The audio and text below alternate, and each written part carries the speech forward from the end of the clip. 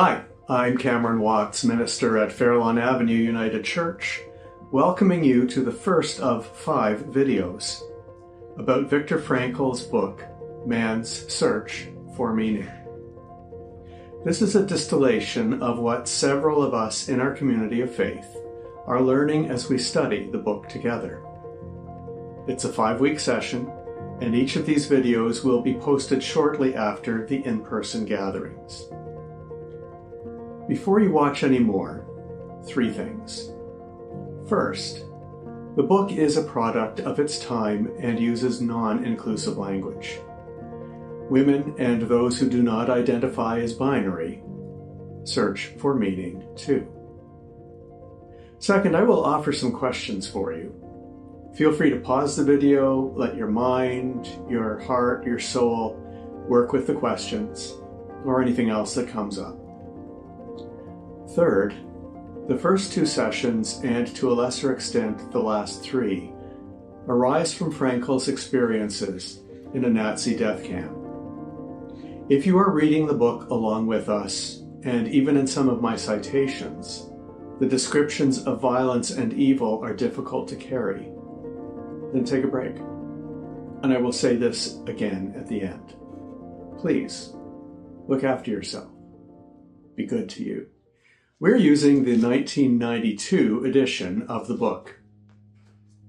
Frankl wrote the preface, and there were, as Frankl notes in that edition, almost 100 printings in 21 languages other than English. With measured humility, he wrote, "If hundreds of thousands of people reach out for a book whose very title promises to deal with the question of a meaning to life, it must be a question that burns under their fingernails." Note that he said, "a meaning to life." The other words I would highlight from his preface are these born out of a deep experience as a Jewish prisoner in a Nazi death camp and as a psychotherapist. Don't aim at success.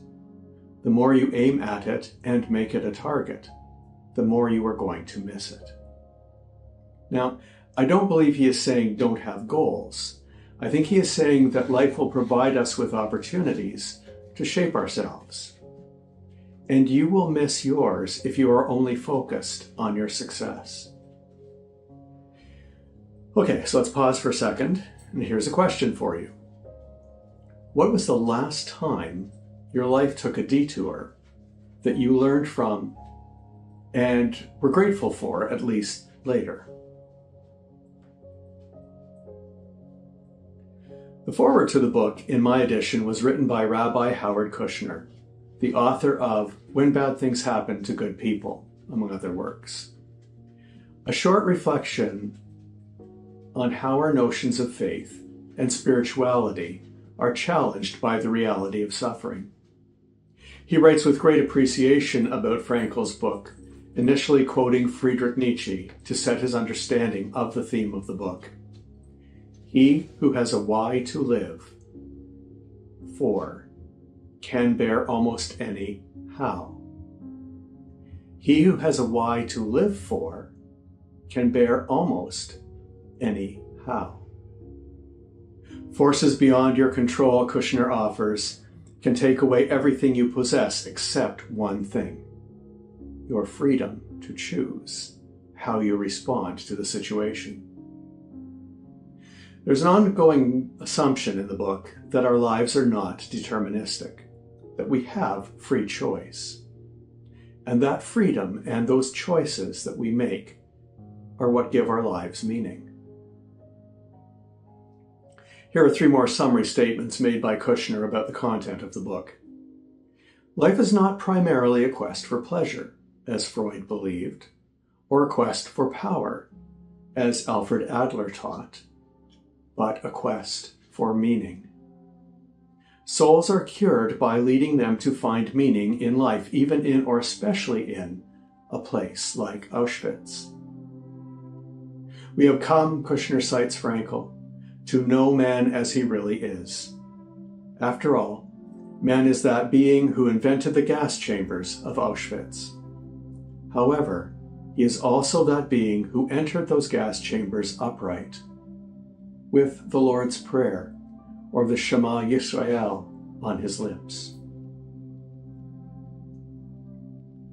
Okay, let's dive into the first half of Frankl's first chapter, Experiences in a Concentration Camp, as soon as we pause for two things.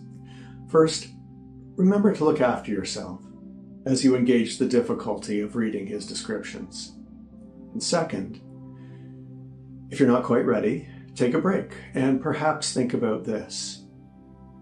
Who or what is your why to live for that can bear almost any how? As I read this book, I kept thinking of Hannah Arendt's phrase about the banality of evil. Frankl describes with both a detachment and a recognition that people are capable of great evil, the way prisoners were treated by their captors. As no better than livestock, as a means to an end, as unhuman and disposable without giving their existence and the richness of their lives a thought. It's as though the perpetration of evil is to be expected, or no big deal. This detachment created an apathy of sorts that enabled the prisoners to protect the core of their being. It became a shell that kept them from feeling the blows, actual beatings, the loss of their friends. Take a moment now, if you want, and think about what shells you might have formed to protect you from being destroyed by the evil others have attempted or successfully attacked you with. I was intrigued to read Frankl's description of what we would call people's spirituality and how it grounded them in the midst of evil. The prisoners' beliefs could possess a surprising vigor. Tired, hungry, frozen in the back of a crowded cattle truck with no way to sit down, they would talk about the inner riches of their former religious experiences, remembering community life, sacred meals. These memories could become a sustaining retreat from their terrible lives. There's power in that I can barely fathom. I think being a prisoner in a death camp would have made an atheist out of me. And yet, undaunted, Frankl describes what saved them: loving and being loved. Dwelling in, reliving those moments of life experienced that nothing could erase.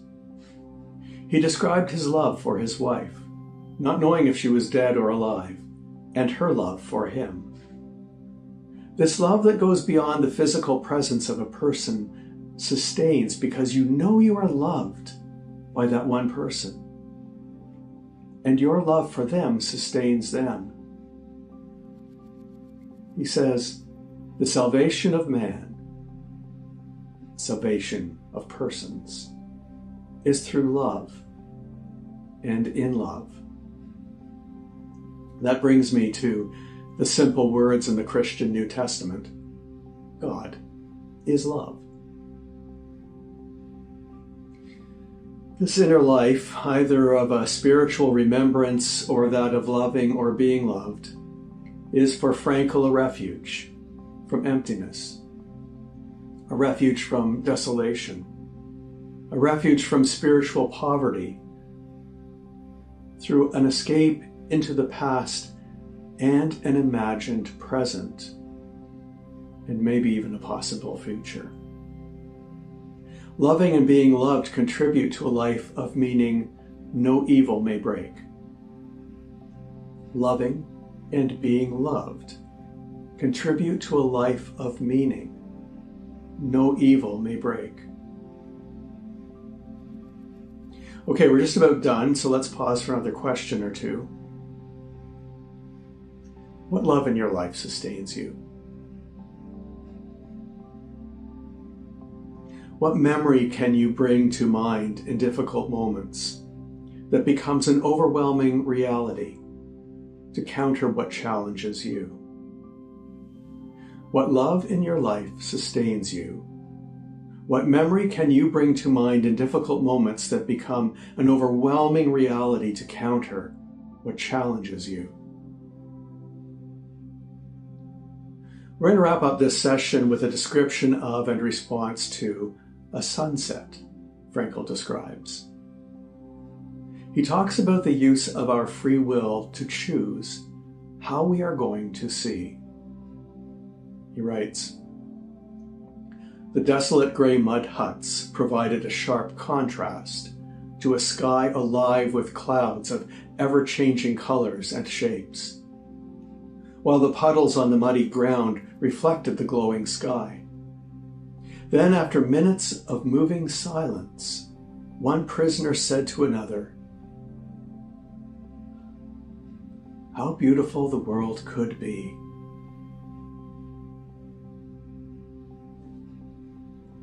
I'm going to invite you to do a little self-care now.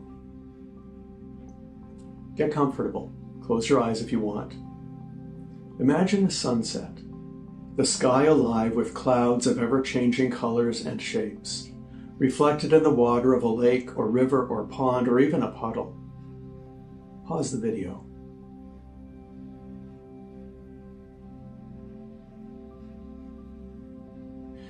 Thank you for opening your life to possibilities of hope with us. Please like this video if you want. Leave a comment. Subscribe. Most important, be good to you.